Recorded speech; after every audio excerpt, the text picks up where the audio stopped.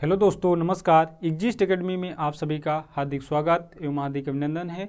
चलिए, आज हम लोग संविधान की इस सीरीज में इस श्रृंखला को थोड़ा सा और आगे की ओर ले चलते हैं। और जैसा आप लोग जानते हैं कि 2024 का लोकसभा का इलेक्शन प्रगति पर है और इसी से रिलेटेड हमने एक टॉपिक को बहुत अच्छे तरीके से समझाने का प्रयास किया है कि क्या होती है ईवीएम, क्या होता है वीवीपैट और ईवीएम की बैलेट यूनिट और कंट्रोल यूनिट क्या होती है।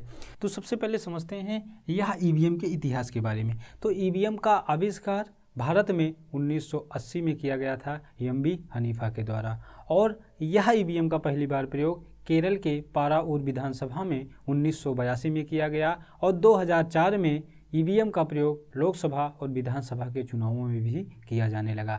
इतनी सी बात आप लोग को समझ में आई होगी।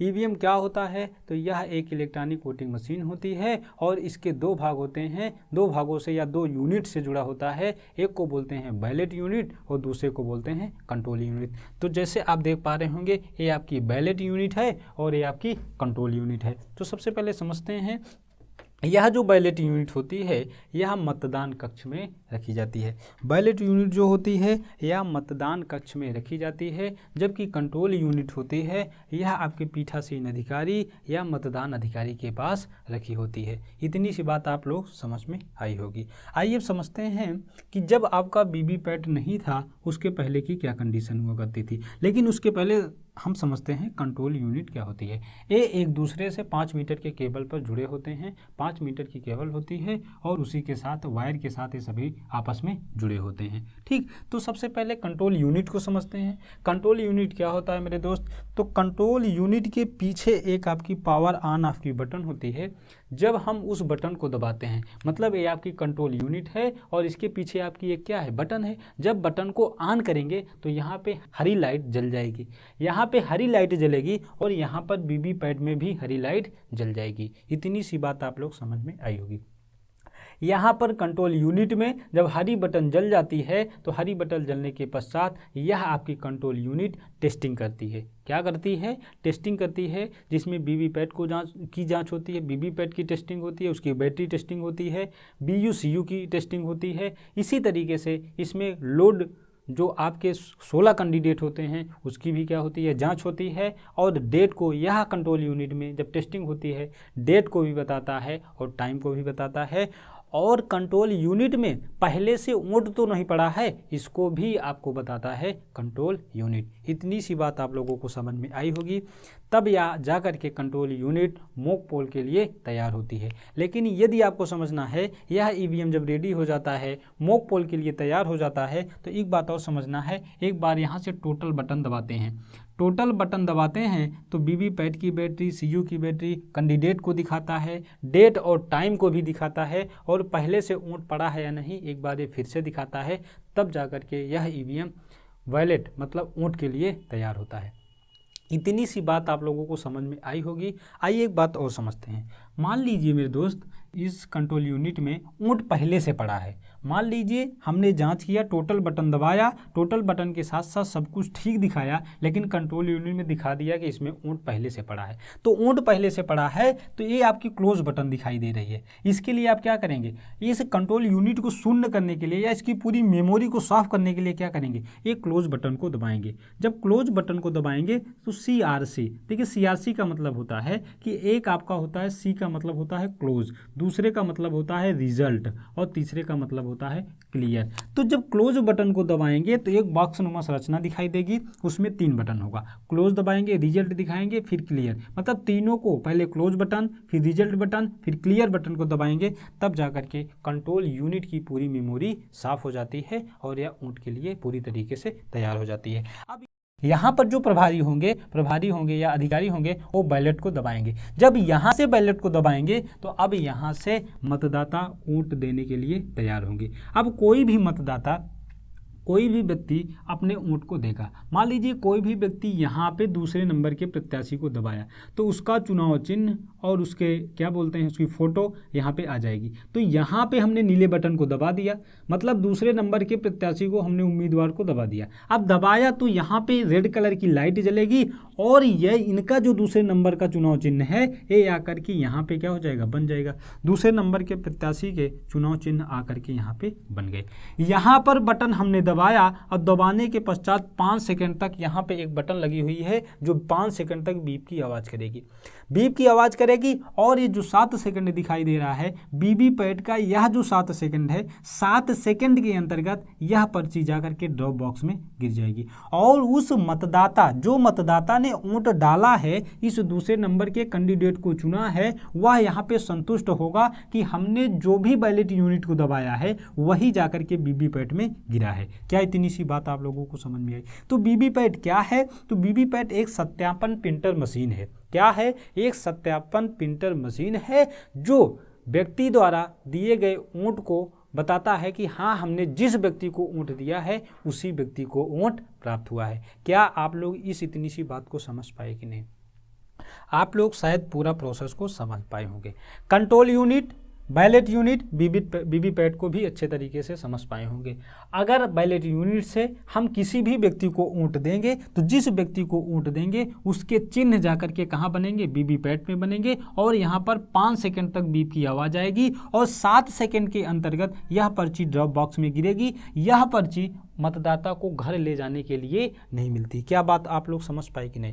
5 सेकंड की बीप की आवाज़ जैसे समाप्त होगी फिर से जाकर के क्या हो जाएगा? फिर से दूसरा वोट डालने के लिए रेडी हो जाएगा। यहाँ से अधिकारी बैलेट को दबाएगा, बैलेट दबाने के पश्चात कोई और व्यक्ति आकर के कोई दूसरे बटन को प्रेस करेगा, दूसरे प्रत्याशी को वोट देगा, फिर से वही प्रोसेस होगा। यहाँ पे दूसरा आकर के स्क्रीन पर छप जाएगा। 7 सेकंड में वह पर्ची कहाँ गिरेगी? ड्रॉप बॉक्स में गिर जाएगी। क्या मेरे दोस्त इतनी सी बात आप लोग समझ पाए कि नहीं?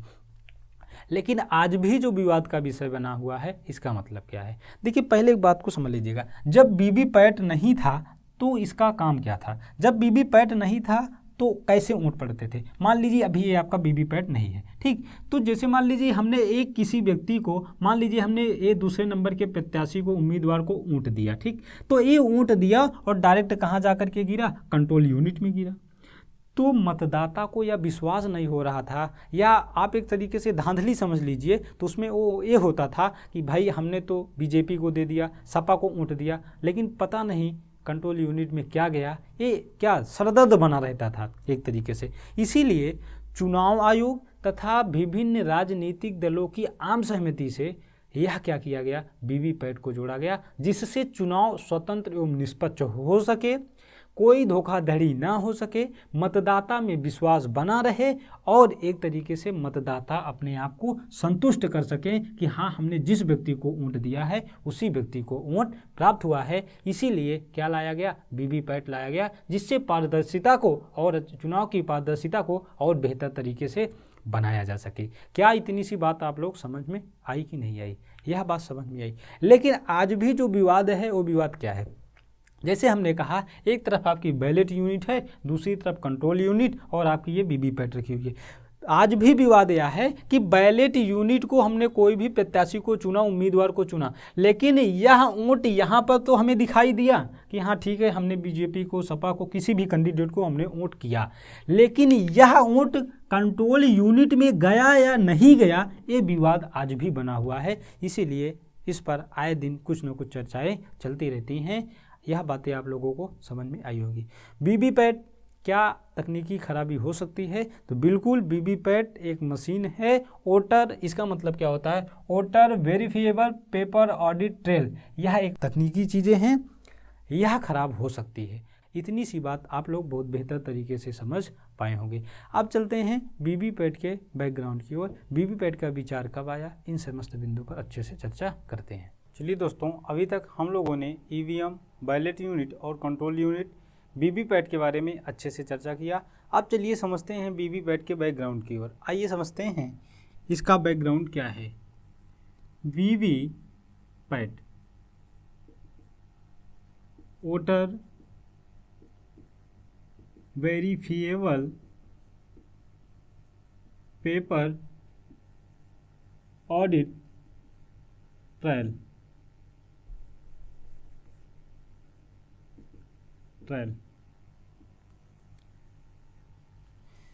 वीवीपैट क्या है? यह एक सत्यापन प्रिंटर मशीन है। वीवीपैट का पहली बार विचार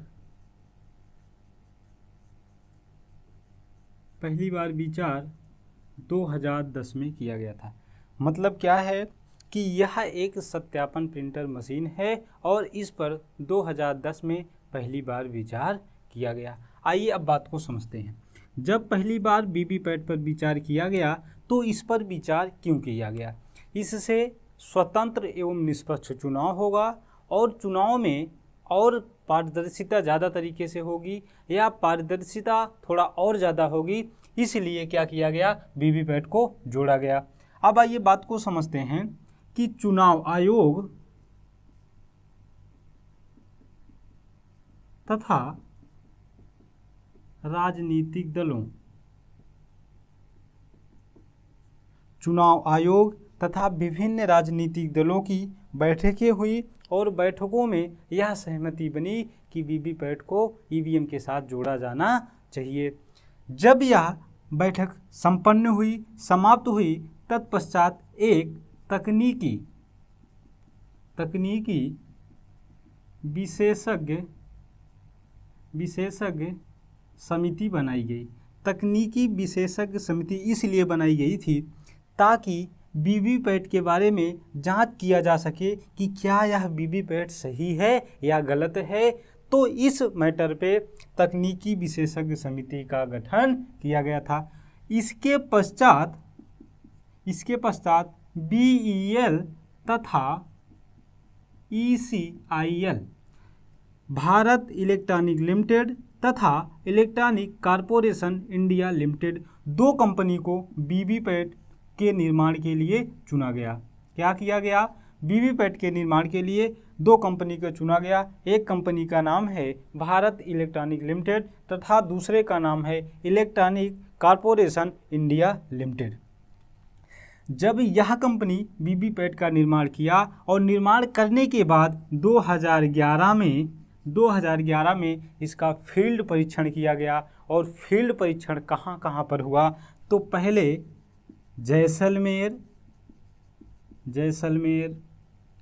पूर्वी दिल्ली, चेरापूंजी,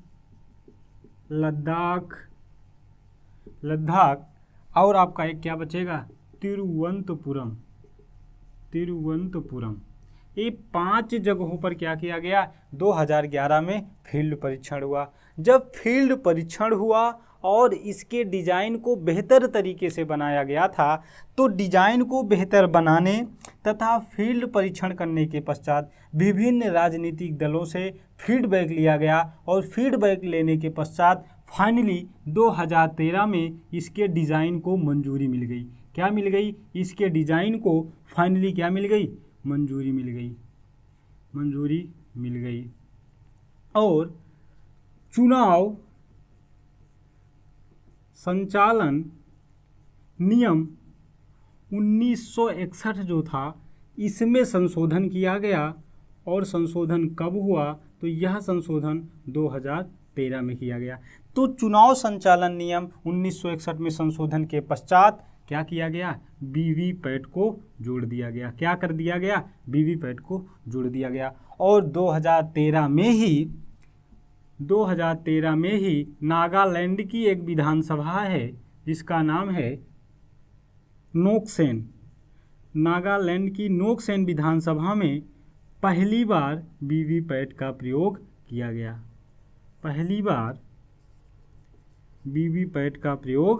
गया। यहाँ तक आप लोग बातें समझ पाए कि नहीं? यहाँ तक समस्त बातें आप लोगों को अच्छे तरीके से समझ में आई होगी। 2013 हुआ, 2017 में भी वीवीपैट का प्रयोग किया जाने लगा। और लोकसभा की बात करेंगे तो 2019 लोकसभा पहला लोकसभा चुनाव जिसमें 100% ईवीएम के साथ वीवीपैट जोड़ा गया था। 100% वीवीपैट का प्रयोग किया गया। क्या आप लोग इतनी सी बात को समझ पाए कि नहीं? इस होल प्रोसेस को एक बार फिर से देख लीजिएगा। वीवीपैट क्या है? Voter verifiable paper audit trail है। यह एक सत्यापन प्रिंटर मशीन है जो व्यक्ति वोट देता है, बैलेट यूनिट में अपना वोट देता है, उसी को सत्यापित करता है कि क्या हमने जिस व्यक्ति को वोट दिया है उसी व्यक्ति को प्राप्त हुआ है कि नहीं। और इस वीवीपैट पर 7 सेकंड की एक पर्ची बनती है और पर्ची 7 सेकंड के पश्चात वह अपने ड्रॉप बॉक्स में गिर जाती है। यह पर्ची मतदाता को घर ले जाने के लिए नहीं दी जाती। इतनी सी बात आप लोग समझ में आई होगी। अब चलते हैं, यह वीवीपैट का पहली बार जो विचार हुआ था, विचार आया 2010 में आया। जब पहली बार इसका विचार 2010 में आया तो चुनाव आयोग और विभिन्न राजनीतिक दलों की बैठक हुई और बैठक में इसका निर्णय लिया गया। तो निर्णय लेने के पश्चात एक विशेषज्ञ समिति भी बनाई गई और इस तकनीकी विशेषज्ञ समिति के पास यह राय लिया गया कि क्या ये वीवीपैट सही रहेगा या नहीं रहेगा। तो इसी के पश्चात भारत ही उपक्रम की 2 कंपनियां, भारत इलेक्ट्रॉनिक लिमिटेड और इलेक्ट्रॉनिक कॉरपोरेशन इंडिया लिमिटेड को वीवीपैट के निर्माण के लिए दिया गया। दूसरी बात को यह समझना है, जब यह बना करके आया, एक प्रोटोटाइप बना करके आया, उसके बाद 2011 में जैसलमेर, पूर्वी दिल्ली, चेरापूंजी, लद्दाख और तिरुवनंतपुरम जैसे क्षेत्रों में इसका फील्ड परीक्षण हुआ और इसके डिज़ाइन को बेहतर बनाने, विभिन्न राजनीतिक दलों के फीडबैक जानने के पश्चात 2013 में वीवीपैट को बनाने के लिए एक फाइनल मंजूरी मिल गई। उसी के पश्चात चुनाव संचालन नियम, जो आपके चुनाव के नियम हैं, 1961 में संशोधन किया गया और यह संशोधन 2013 में हुआ और इसी के साथ वीवीपैट को जोड़ दिया गया। 2013 में नागालैंड की नोकसेन विधानसभा में पहली बार वीवीपैट का प्रयोग किया गया और 2019 पहला लोकसभा का ऐसा चुनाव रहा जिसमें ईवीएम के साथ 100% वीवीपैट को जोड़ा गया। आई होप कि आप लोग इतनी सी बात को अच्छे तरीके से समझ पाए होंगे। चलिए अब समझते हैं 2-3 फायदे होते हैं, 2-3 फायदों को समझ लेते हैं कि वीवीपैट से क्या क्या फायदे हो सकते हैं। वीवीपैट प्रणाली, यह प्रणाली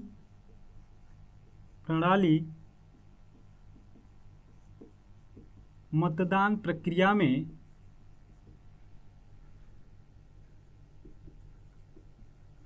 अधिक पारदर्शिता लाता है। कहने का मतलब यह है कि यह जो वीवीपैट है, इस वीवीपैट से चुनाव की जो प्रक्रिया है इसको और पारदर्शी बनाया जा सकता है या इसको और पारदर्शी बनाने के लिए इसका प्रयोग किया गया था। दूसरी बात को समझना है, इससे वीवीपैट से मतदाता को क्या होगा, एक तरीके का विश्वास होगा। मतदाता का विश्वास बढ़ेगा।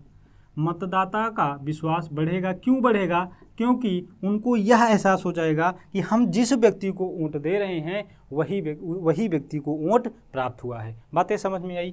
तीसरी बात समझ लीजिएगा, एक तरीके की धांधली नहीं होगी। आप समझ सकते हैं, यहाँ से धांधली तथा धोखाधड़ी को भी रोका जा सकता है। यह आप वीवीपैट के इतने सारे क्या हैं, फायदे हैं और बहुत सारे फायदे हैं, लेकिन आप इतना ही समझ लिए। आइए बात को समझते हैं कि यह वीवीपैट के इतने फायदे थे। देखिए, आप लोगों की वीवीपैट ईवीएम की यह क्लास आप लोगों की क्या हुई, आज कंप्लीट हुई। आप सभी लोगों को यह क्लास बहुत बेहतर तरीके से समझ में आई भी होंगी। यदि किसी भी प्रकार का कोई भी दिक्कत है तो आप कमेंट सेक्शन में ज़रूर बताएं। चैनल को लाइक करें, शेयर करें और सब्सक्राइब करें। Okay, thank you.